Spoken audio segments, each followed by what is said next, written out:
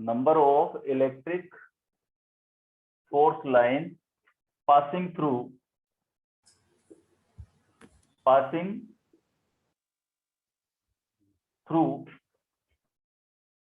unit area। Electric flux क्या है? Number 1, किसी एरिया में से, यूनिट एरिया में से पास होने वाली इलेक्ट्रिक फोर्स लाइन। जैसे अपन कोई एक सर्कल ले लें और सर्कल में से जितनी फोर्स लाइंस निकलेंगी उनका जो नंबर है यूनिट एरिया से निकलने वाली फोर्स लाइन का, उसको बोलते हैं अपन इलेक्ट्रिक फोर्स लाइन। और मैथमेटिकली क्या होता है ये? इलेक्ट्रिक फोर्स लाइन या electric flux is dot product of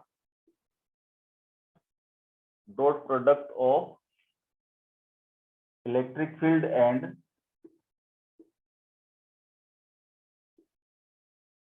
area vector. Electric force line is dot product of electric field and area vector. ये 2 पॉइंट आपको याद रखना है। ये इसकी मैथमेटिकल डेफिनेशन है और ये इसकी थ्योरेटिकल डेफिनेशन है। और अगर इसको अपन फील करें तो मान लो जितना एरिया है, एरिया में से निकलने वाली जो फोर्स लाइंस हैं उनका नंबर ही क्या होता है? इलेक्ट्रिक फ्लक्स होता है। फटाफट नोट करो दोनों पॉइंट।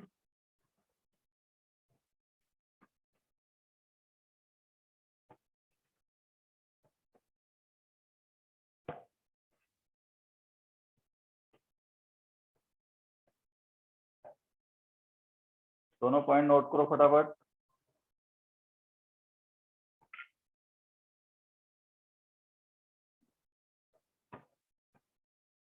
लिख लिया? अब इसको समझने की कोशिश करते हैं। देखो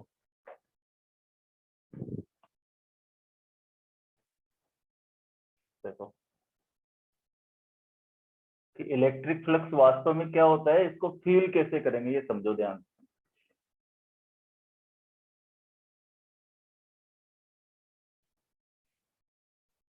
सपोज ये कोई एरिया है,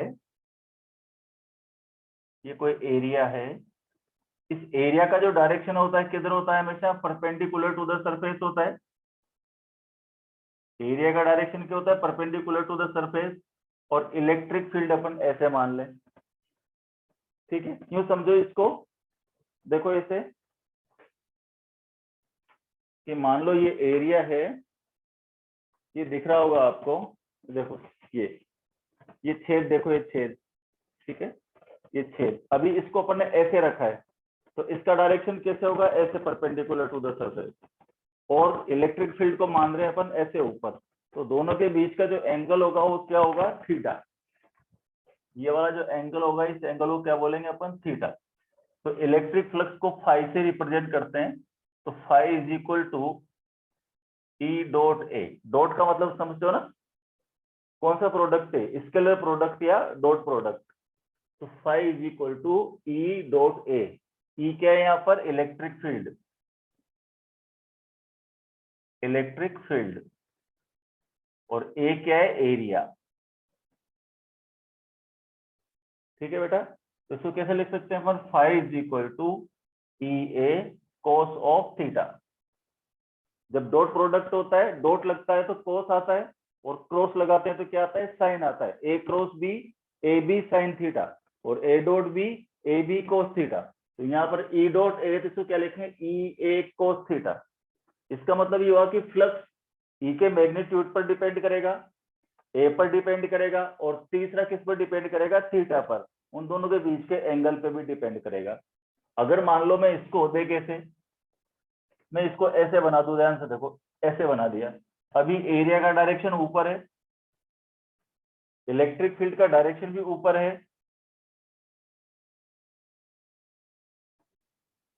ऐसे देखो, ये इलेक्ट्रिक फील्ड भी ऊपर है, ऊपर की तरफ है, एरिया का डायरेक्शन भी ऊपर की तरफ है।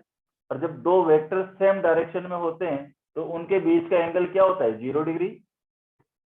इलेक्ट्रिक फील्ड का डायरेक्शन भी अपवर्ड है, एरिया का डायरेक्शन भी अपवर्ड है। जब दोनों का डायरेक्शन अपवर्ड है, इसका मतलब दोनों वेक्टर सेम डायरेक्शन में है। और जब दो वेक्टर सेम डायरेक्शन में होते हैं तो उनके बीच का एंगल क्या होता है, theta is equal to 0 degree. तो अपन यहाँ क्या लिखेंगे कि if theta is equal to 0 degree, तो cos theta is equal to क्या हो गया 1, क्योंकि कोस 0 का मान क्या होता है 1 होता है। तो इसका मतलब फाई क्या हो गया, ई ए, यानी कि मैक्सिमम। कि जब इलेक्ट्रिक फील्ड का डायरेक्शन और एरिया का डायरेक्शन दोनों सेम होंगे तो मैक्सिमम फ्लक्स निकलेगा, इसमें से मैक्सिमम फोर्स लाइंस निकलेंगी। समझ गए। दूसरा केस कि if theta is equal to 90 degree, ऐसे देखो इलेक्ट्रिक फील्ड तो ऊपर है और एरिया का डायरेक्शन इधर है, तो अभी इनके बीच का एंगल कितना हो गया 90 डिग्री। और कोस 90 की वैल्यू क्या होती है बताओ, 0 होती है। इसका मतलब फाई इज इक्वल टू ये इंटू 0, तो फ्लक्स भी क्या हो जाएगा 0। इसका मतलब इलेक्ट्रिक फील्ड का डायरेक्शन और एरिया का डायरेक्शन अगर 90 डिग्री पर है दोनों के बीच का एंगल, तो फिर क्या होगा, फ्लक्स उसमें से 0 होगा, उसमें से कोई भी फोर्स लाइन पास नहीं होगी। किसी एंगल पर होगा तो ई A cos theta, E electric field का मैग्नीट्यूड है, ए एरिया का मैग्नीट्यूड है, ठीक है। और थीटा क्या है, ई और ए की डायरेक्शन के बीच का एंगल। ई और ए के बीच का एंगल नहीं बोलते इसको, ई और ए की डायरेक्शन के बीच का एंगल है थीटा, ठीक है। अब थीटा को 0 कर दिया, देखो इलेक्ट्रिक फील्ड का डायरेक्शन भी ऊपर है और एरिया का डायरेक्शन भी ऊपर है। जब दोनों का डायरेक्शन सेम है इसका मतलब एंगल क्या हो जाएगा उनके बीच का 0 डिग्री। और जब एंगल 0 होगा तो cos 0 क्या होता है 1, तो phi is equal to E ए, यानी कि इसमें से मैक्सिमम फ्लक्स पास होगा, बहुत सारी फोर्स लाइन इसमें से निकलेंगी। और थीटा अगर 90 डिग्री हो, इलेक्ट्रिक फील्ड तो ऊपर की तरफ है, एरिया का डायरेक्शन राइटवर्ड है, तो theta is equal to 90 degree. Theta 90 होगा तो क्या होगा फिर cos 90 0 हो जाएगा, और cos 90 0 हो जाएगा, फिर फ्लक्स भी क्या हो जाएगा 0 हो जाएगा। एक और बात याद रखेंगे इसमें बस, थर्ड पॉइंट देखो कि if area is very large, area is very large, area बहुत बड़ा हो तो उसको क्या करते हैं अपन छोटे छोटे एलिमेंट्स में से डिवाइड कर देते हैं। ये कोई बड़ा सा एरिया है, ये अपन ने एक डीए मान लिया छोटा सा, ये इलेक्ट्रिक फील्ड का डायरेक्शन, ये डीए थीटा, तो इसमें से निकलने वाला फ्लक्स भी छोटा होगा, यानी कि d phi is equal to E dot d A. और इसका अपन इंटीग्रेशन कर दें, इंटीग्रेशन इंटीग्रेशन तो फाई इज इक्वल टू क्या हो जाएगा ई डॉट डी इंटीग्रेशन। ये फ्लक्स है, नोट करो इसको फटाफट, 2 मिनट दूंगा, फटाफट नोट करो।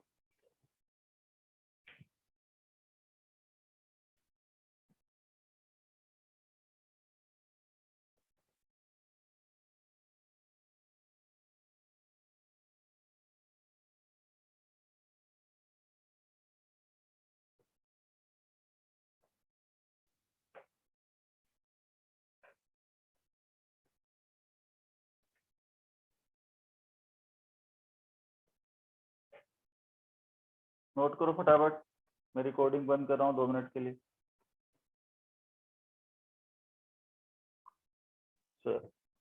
नोटेड।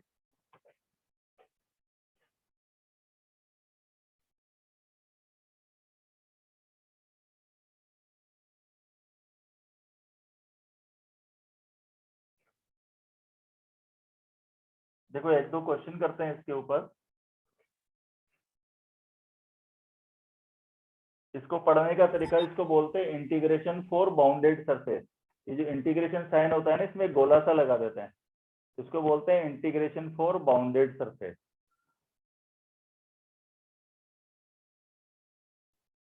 फ्लक्स के एक दो क्वेश्चन करते हैं।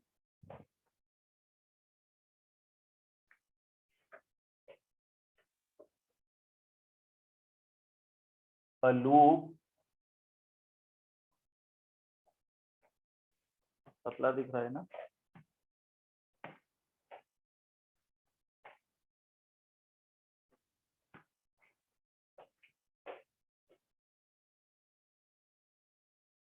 a loop 2 into 2 centimeter into 3 centimeter is placed in uniform magnetic field, so in uniform electric field, magnet में भी ऐसा कैसा ही आएगा, वहां पर इलेक्ट्रिक फील्ड की जगह मैग्नेटिक फील्ड आ जाएगा। 80 न्यूटन पर coulomb making an angle 30 degree with direction of electric field, flux through loop is। अब इसमें ध्यान रखना है कि एरिया के डायरेक्शन और इलेक्ट्रिक फील्ड के डायरेक्शन का एंगल नहीं है ये 30 डिग्री। जब प्लेन परपेंडिकुलर होता है तो डायरेक्शन पैरेलल होती है, पहले भी बताया था मैंने आपको। तो ये जो है लूप बना रहा है यहां से angle E is equal to है 80 न्यूटन पर कूलम। एरिया हो गया अपना 2 सेंटीमीटर इंटू 3 सेंटीमीटर का मतलब क्या हुआ, 2 3 जा 6 सेंटीमीटर स्क्वायर। सेंटीमीटर स्क्वायर को मीटर स्क्वायर में कन्वर्ट कर दो। E हो गया, A हो गया, और theta is equal to 60 degree आएगा, 30 डिग्री नहीं आएगा, ध्यान रखना। 30 डिग्री तब आएगा जब आपसे बोले कि एरिया के डायरेक्शन और इलेक्ट्रिक फील्ड के डायरेक्शन के बीच का एंगल 30 डिग्री है।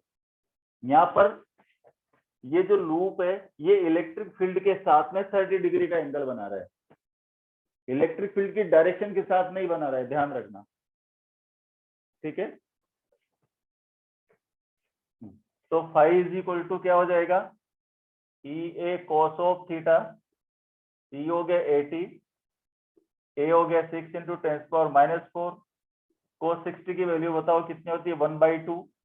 तो 80 इंटू 6 इंटू 10⁻⁻4 1/2, 2 से 3 टाइम काट दो, 3 जा 24, 240 इंटू 10⁻⁻4 या 2.4 इंटू 10⁻⁻2, और इसकी यूनिट क्या हो जाएगी, वोल्ट इंटू मीटर।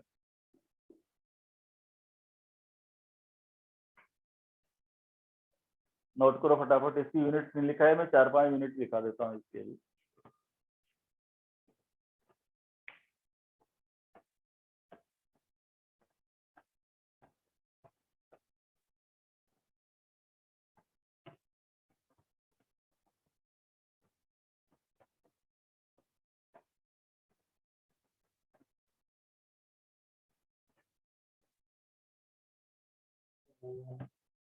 नोट करो फटाफट।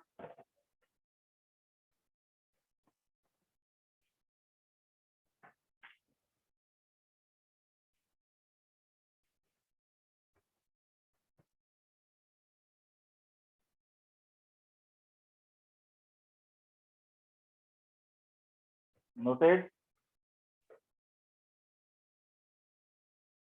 इलेक्ट्रिक फ्लक्स के बारे में 2-3 चीजें और लिखा देता हूँ, वो भी याद रखनी है।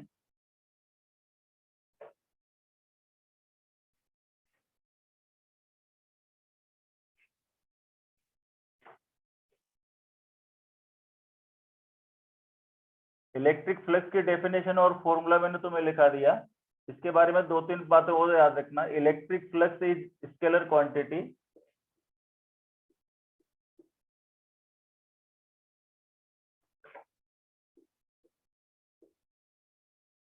Electric flux is scalar quantity, ध्यान रखना स्केलर है ये, क्योंकि दो वेक्टर क्वांटिटी का डॉट प्रोडक्ट से हमेशा स्केलर क्वांटिटी आती है। दूसरी बात याद रखना, इसका unit phi is equal to E A है। ई एक तो न्यूटन पर कूलम इंटू मीटर स्क्वायर हो सकता है,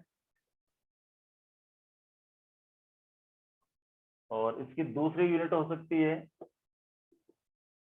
phi is equal to E A, E volt per metre भी होता है, एरिया मीटर स्क्वायर, 1 मीटर से मीटर कट जाएगा तो वोल्ट इंटू मीटर। तीसरी बात याद रखना इसकी डायमेंशन, डायमेंशन क्या होता है, देखो एफ अपॉन ये देखो ई ए है, ई क्या होता है एफ अपॉन क्यू, हालांकि ई का मैंने पहले लिखा रखा है तुम्हें, एफ हो जाएगा m1 l1 t-2 a1 t1, और ये हो जाएगा l2। तो इसका डायमेंशन हो गया m1 L3 T-3 A-1। इस बार भी कल वाला जो परसों जो पेपर आया था, याद रखो नीट का, उसमें एक डायमेंशन पूछी है। तो सारी जितनी भी क्वांटिटीज है उन सबके डायमेंशन आपको निकालने आना चाहिए। याद तो नहीं होंगी इतनी सारी, लेकिन निकालनी आनी चाहिए। नोट करो फटाफट इसको।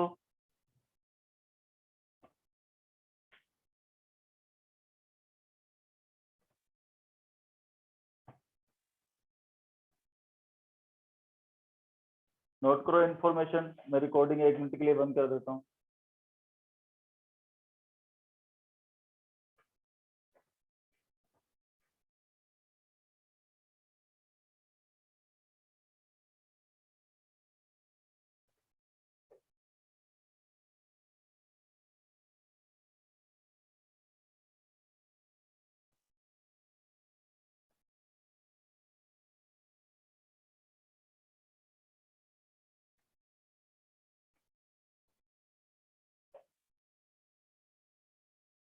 देखो और क्वेश्चन करते हैं इसके।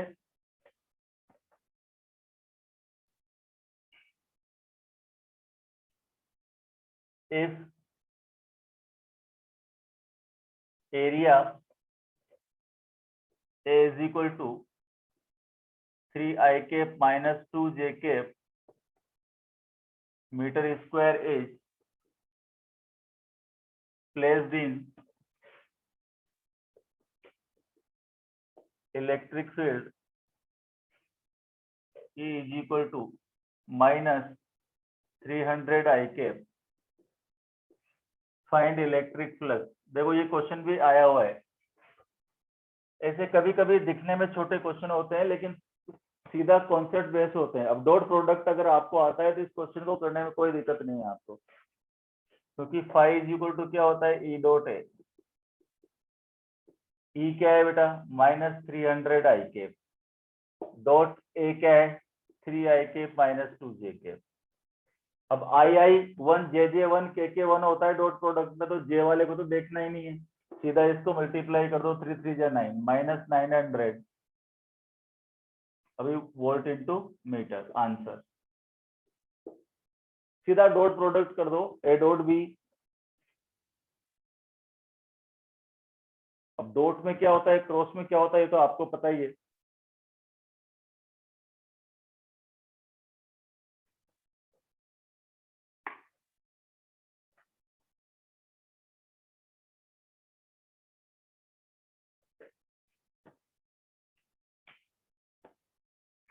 ठीक है, चलो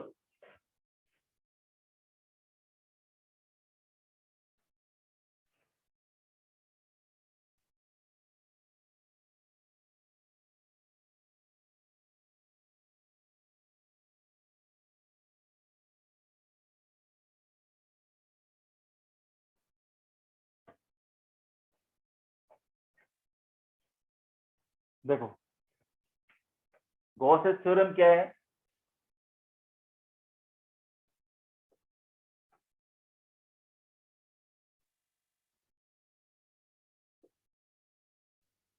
कि net electric flux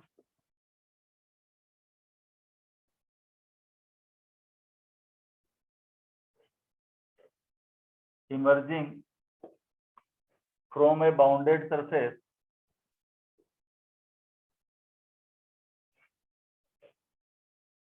is 1/epsilon 0 times the charge enclosed by surface।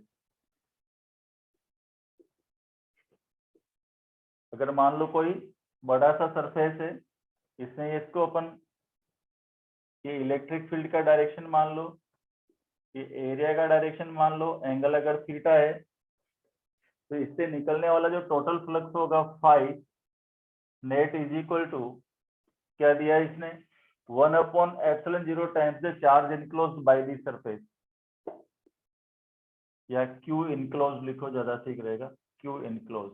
इसके अंदर जितना चार्ज है मान लो +q -q +4q -3q, कुछ भी हो सकता है, बहुत सारा चार्ज डिस्क्रीट होता है, उसको अपन एरिया सब्ट्रैक्ट कर सकते हैं। तो टोटल चार्ज इसके अंदर होगा उसका 1/ε0 टाइम्स, और फाइनाइट क्या पढ़ा था अपन ने भी, integration for bounded surface E dot dA is equal to Q enclosed by ε0। ये गॉसेस थ्योरम है। फ्लक्स इमर्ज ही होना चाहिए हमेशा।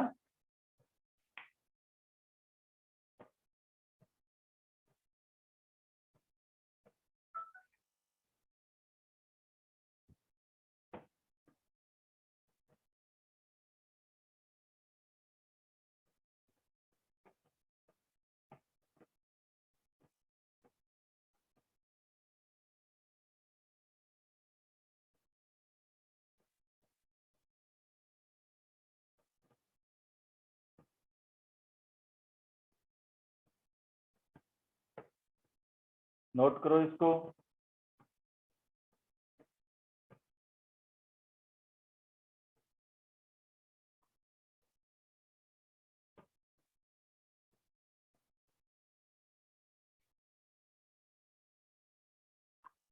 गॉसेस थ्योरम की एप्लीकेशंस ज्यादा आती है, ध्यान रखना।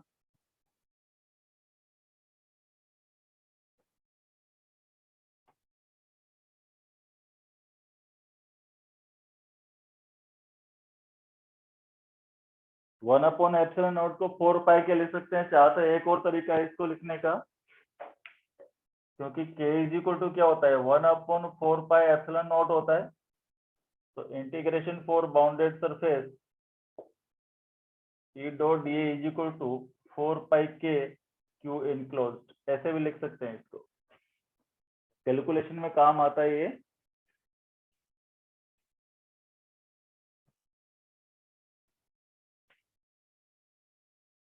तो चलिए इसे नोट कर लो, कोई जल्दी नहीं है, ठीक है। नहीं, ध्यान रखना कि अंदर कौन सा आ रहा है, बाहर कौन सा जा रहा है। देखो फाइव इन कितना है, एंट्रिंग 8000, फाइव आउट क्या है 6000, तो फाइव नेट क्या हो गया 6000 माइनस 8000, यानी कि -2000 वोल्ट इंटू मीटर। और अपन जानते हैं five net is equal to Q enclose by ε0। तो Q एनक्लोज क्या आ जाएगा, फाइव नेट इंटू ε0, यानी कि -2000। ε0 की वैल्यू क्या होती है, ε0 की वैल्यू याद है, भूल गए, 8.854 इंटू 10⁻⁻12। इसको सोल्व कर दो।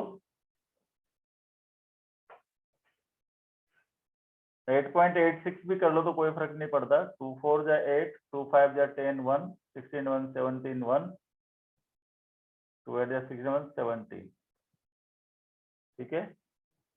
और ये 3 0 है, 3 0 से 10⁻⁻9 रह जाएगा, और यह 1.77 इंटू 10⁻3 -9। और एक और किसका दिया तो कितना रह गया, -8। वो चार्ज किसमें होता है, कूलम में। और इसको माइक्रो कूलम में करेंगे तो क्या हो जाएगा, माइक्रो कूलम में 10⁻⁻6 रखना है, ठीक है।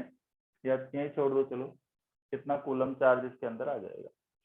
ये 2 3 4 क्वेश्चन कराएं, एक से वापस करना, और सारा जो पढ़ा है आज इसको लर्न करना, ठीक से नोट करना दोबारा देख करके। और कोई डाउट हो तो क्लास शुरू होने से पहले मुझसे पूछ लेना, ठीक है। चलो नोट कर लो इसको फटाफट।